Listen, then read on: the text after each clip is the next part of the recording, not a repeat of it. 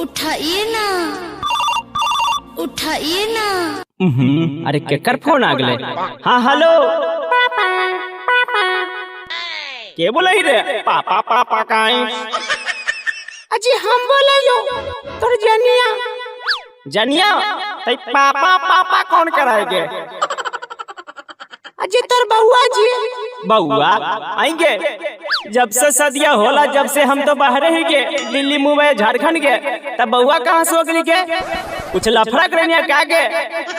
रुक रुक रुक बहन चो आवा ही तोरा पूछा ही हमें, रुक।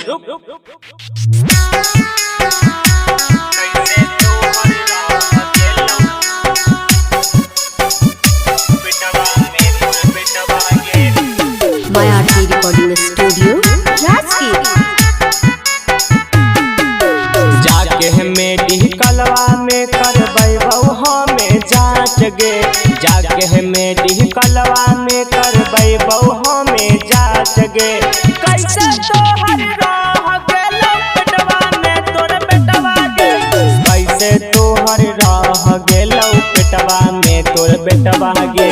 हम हलिया मौगी दिल्ली मुंबई सहरिया गे, हम हलिया मौगी दिल्ली मुंबई सहरिया गे।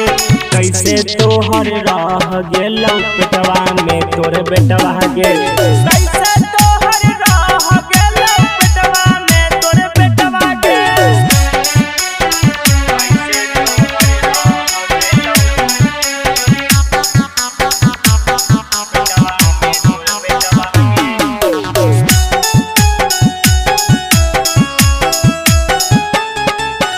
कहियो न मौगी हमरा संघवा सुतै नहीं गे, होते ही बियाहवा मुंबई दिल्ली भेजन ही गे।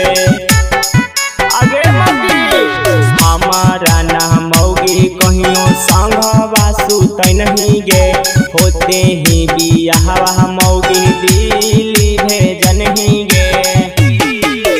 जाके तोहर मैया से बातै बहुत सारा बात गे, जाके तोहर बाबू से बातै बहुत सारा बात गे।